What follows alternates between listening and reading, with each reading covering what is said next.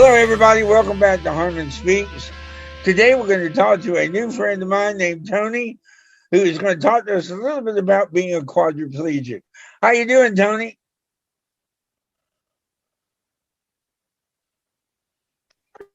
I'm doing well. All right. Very good. Very good. This is Martin Luther King Day. There's snow everywhere. We may take a nap. I don't know. I don't know what we're going to do, but we're going to see if we can't learn something today. Tony, tell me a little bit about you. How did you become a quadriplegic? And what is a quadriplegic? Well, I did what? Quadriplegic is someone who has an injury in their cervical vertebra, basically in your neck. And what it does is it affects all four extremities. That's where the quad comes in. With me, people don't see quadriplegic because I move my arms. They think you're a quadriplegic, you can't move your arms or your legs. I just don't have full use of my arms. I can't open my hands, and I have some muscle movement that I don't have. And so I did what the average spinal cord injury does. The 20-year-old male dives into water and broke their neck. And I hit the average right on the head, so to speak. Okay. So you dived into water. I assume it was shallow. Yes, it was never above my knee. I guess I realized it because I ran into the water, but I really didn't think about it because I was, had been a swimmer and a lifeguard, and I knew how to dive. I knew how to dive in shallow water, and just this one time I messed up, and that's all it took. Yeah. That's a lesson for life, isn't it? It sometimes only takes one time. Oh, absolutely. Now, you said you were 20 years old. So what do you do after they get you out of the water? They hospitalize you? Is that what happens? Yes, they flew me to UT Medical Center, and I spent about 2.5 weeks, getting better as far as the surgery and recovery and things like that. And then I went to Patricia Neal Rehab Center there in Knoxville, and I spent 5 months there from the middle of June to the middle of November. Okay. And how did they help you? Oh, wow. We started with basically sitting up and being able to, control everything, as far as balance and blood pressure and things like that. That took a week or two.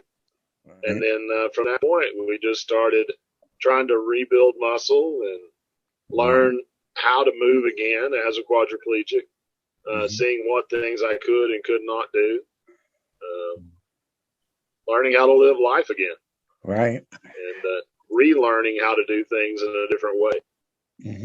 One thing that I have learned as I've gotten to know about more disabilities is that there's a gift of learning how to sit upright in a chair when you're in a wheelchair, right? That doesn't just automatically happen. Is that true? Oh, absolutely.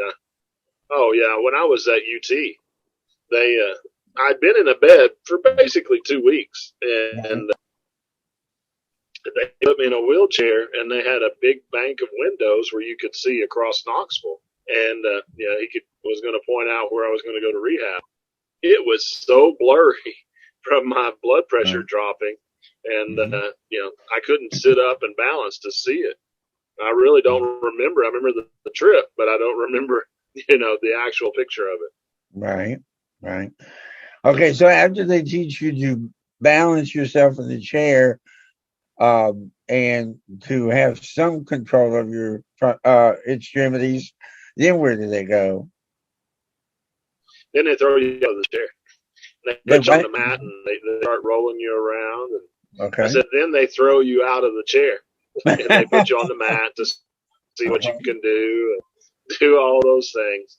But then, we also, push around the hospital. We learn to maneuver things. It's, you don't think that a half-inch little lip over like a connection in tile, or walking through a door frame that's got a little bit of a lip, can make a huge difference.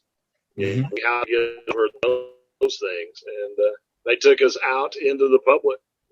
They made sure that we could, were ready for being seen, and some of the obstacles we might have out in the malls or the restaurants or wherever we might go. Mm-hmm. Okay. Now, after you got out of the rehab center, where'd you go from there?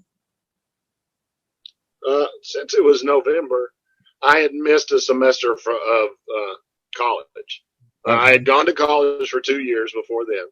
Right. I missed that semester because I was still in rehab. Mm-hmm. But then in January, I went back to school. I started attending UTC once again, mm-hmm. In January, and got back into my studies. Okay. Or at least I went back to learn how to live again. Right. I won't say that I studied. Was it difficult maneuvering around the campus? Campus was great because they were willing to work with me. Okay. I honestly had thought I was the first person to live on campus in a wheelchair, but it turned out there was a gentleman in the mid-70s that had a football player. Okay. I don't know how he did it, because it certainly wasn't as accessible as it was when I left. If there were curb cutouts or, a sidewalk, whatever, they were willing to listen and make. Of course, being in a power chair and being in a manual chair is totally different. Right. And so I was able to power through some things.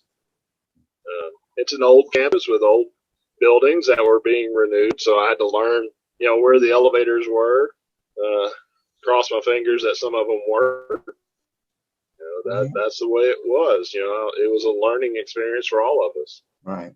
So, do you use a power chair or a wheelchair? I don't know the difference really. So I use a power chair. Okay, and what is that exactly? I use a power chair, not a. Do what? Tell me what that is exactly. Well, when I first went into rehab, I was introduced to some people in wheelchairs. Okay. And there are manual chairs and there are power chairs. You never want to say the electric chair because, well, who wants to be in an electric? Yeah, I understand. Right. That was one of the first lessons that I learned. And so power is just, you're battery operated with a joystick chair. And the manual chair is the one that you push. Mm-hmm. And while I was in rehab, I pushed a lot because in the hospital it's flat. Right. And if I went somewhere there around Patricia Neal or out with them to the mall, somebody was always with me to, help me if I got tired. But I knew, I made the decision early on. East Tennessee is not the best place to live if you're in a wheelchair because it's up and down hills all the time. And so, I made the decision if I wanted to drive and I wanted to, get out and do things, power was the way to go. Because I drive from my chair, in my van. And transferring into a manual chair and lifting the chair into the car was just hard for me. Mm-hmm. So now, after you got out of college, tell the folks what profession you chose. I had a lot of people directing me in a lot of different directions when I was in college. Because they thought people in wheelchairs would be better on the radio or better in the courtroom, being a lawyer, or just being a professor. And I had one of my early on education professors just run into me on campus, and we chatted, and she got me back into education. And so without Dr. Smith, I would have been floundering. But once she got me back into education, grades went up, my interest was back in it because teaching's my passion. And that's why I'm here, is to teach kids. Mm-hmm. And so I went into elementary education after I graduated from UTC. I taught for a long time, and anybody who's willing to teach elementary has my respect. Salute.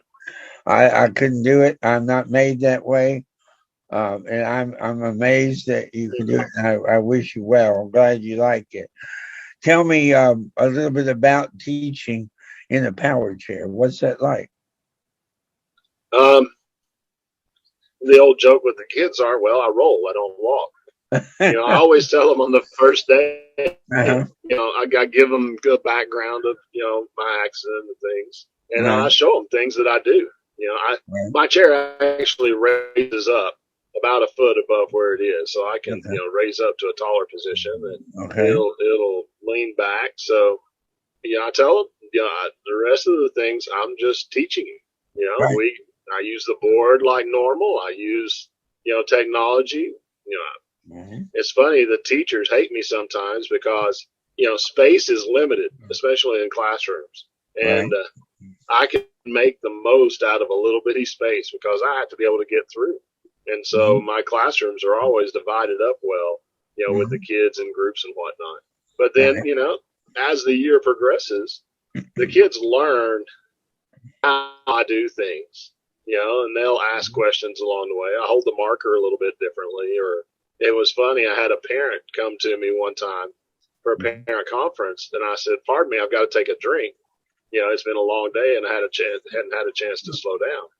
Right. And she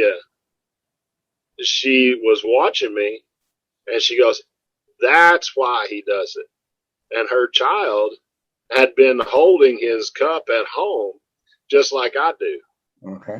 just to practice it the way Mr. Womac does it. Great. And so kids are very observant, and they're all willing to help out. I respect them. They respect me. In several interviews that I've had, they're like, "Oh, how do you handle discipline? How do you, control your class?" And I'll be quite honest. I think being short, as far as height off the ground, I'm at their level. So I'm never talking down to them. And I think that one connection helps. Mm-hmm. And so, we just, like I said, you build a classroom of respect. And I always tell them the truth, and I always expect them to tell me the truth. And that's my classroom. We have a big family. We help each other. We know that no matter what disability a person might have, and I tell them, I said, you've all got one. There's Right. something you can't do. Mm-hmm. And so, that opens it up for many of my students to say, hey, it's okay. I am a little bit different. I need help sometimes. And so, that's been the biggest blessing, because those are the kids I get in my classroom are the ones that need a little bit more help. And, making them believe they can do it just because I've made it 30 years. So, Right. Mm-hmm. it's been a great thing. That sounds great. Sounds great. You also are a coach, correct? Yes. Well, tell me a little bit about Yes, I coach coaching. swimming. Right. Tell me a little bit about that. Well, if you look at my lifestyle, you're going to begin to realize I'm a control freak. I love being in control in my classroom, and I Mm-hmm. love coaching on the pool deck. They often ask me, "Oh, how do you get in the water and show them?" I don't. I have learned to verbalize, and demonstrate in such a manner that they get it. I break it down into the small pieces, which is really good for swimming because Mm-hmm. it's the small things that matter in any sport. So we spend 2.5 hours a night working on swimming with all age groups, from 4-year-olds to 18-year-olds. I just got a notice from one of the parents that I've got probably the top high school swimmer in the state. So we're Great. doing pretty well. Right. Sounds great. Um, when you first started coaching, did any of the kids have any hesitancy about being coached by a guy who can't swim currently? Oh, absolutely not. It's the parents you have to convince. They're the ones that have all the doubts. The kids just go with it, because I treat it just like my classroom. I introduce myself. We get through. I always ask them. I say, "Hey, have you noticed I'm in a wheelchair?" And they Right. all giggle because Uh-huh. it's obvious. Mm-hmm. And then we move on from there. But Mm-hmm. you always have parents who don't believe you can do it because of that disability, and that's their own fault. That's their discriminatory thought going into their own mind. They've never knowledge is power, and that's why I always want to talk to kids, because if kids grow up knowing that disabilities are just another way to attack life and then be good at something, you're going to avoid what the parents do. So many times in the mall, a kid will say, "Oh, look, he's in a wheelchair. I wonder why." And the parent will want to drag him off. I'll chase him because I'll start talking to the kid. And then once the parent realizes I'm not a monster and it's not contagious, we have a good conversation. Right. So, right. I've run into that many. So, times. Same thing with teaching and. Right. Oh yeah, absolutely. And that's again, that's teaching and coaching. If the parents believe in you, it's going to be fine. But a lot of times they come in with preconceived notions, and you really have to work hard to convince them. Some of them I haven't. They've left. And that's just their prerogative. Right. Right. And then some of them come back later and say, "Hey, coach my kid." So that sounds great. Well, I want to wrap this up and tell you, Tony, that I really appreciate you being on here today. I like your message very much. I think that people with disabilities can do anything they choose to do. And our disability doesn't lie in us. It lies in how people perceive us, I think. And I really think you're right that parents need to let us just talk to the kids, let them ask any questions they want. And the parents should ask their questions too. And let's get to know each other and just trust each other and work together. Would you agree? Oh, absolutely. Too many people, especially, there's a difference between being born with a disability and then obtaining one through an accident or some sort of illness. And, I was, of course, in the latter. And, I had all the opportunities in the world to hate my life and to hate God, to say, "Why did you do this?" Instead, I'm realizing it's just my path. He gave me this blessing to be able to go out and reach those younger groups, and change their way of thinking. I've taught hundreds, if not thousands of kids through swimming and through teaching. And, that's a lucky opportunity. Those are the adults that don't run away from me. They don't see me as the grumpy old man. So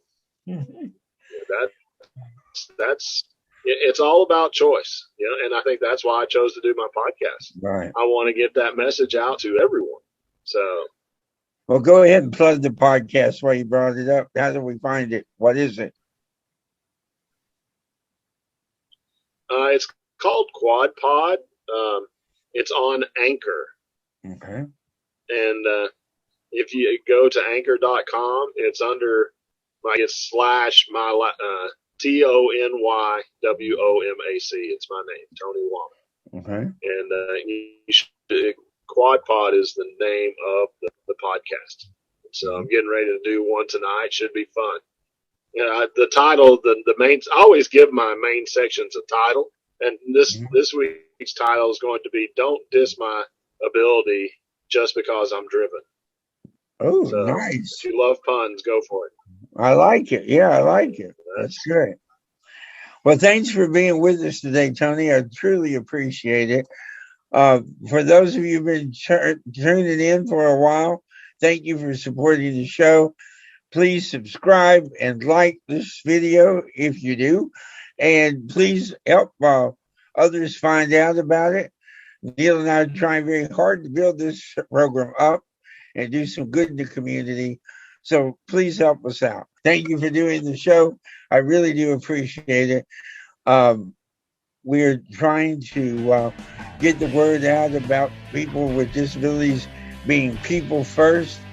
So if you like the show, please click like, please subscribe, help us build up our numbers, as YouTube doesn't even know we're here yet. And I'd like to build those numbers if we could. Thank you for being on, Tony. Good luck with your podcast, your teaching, and your coaching. Thank you for sharing with us.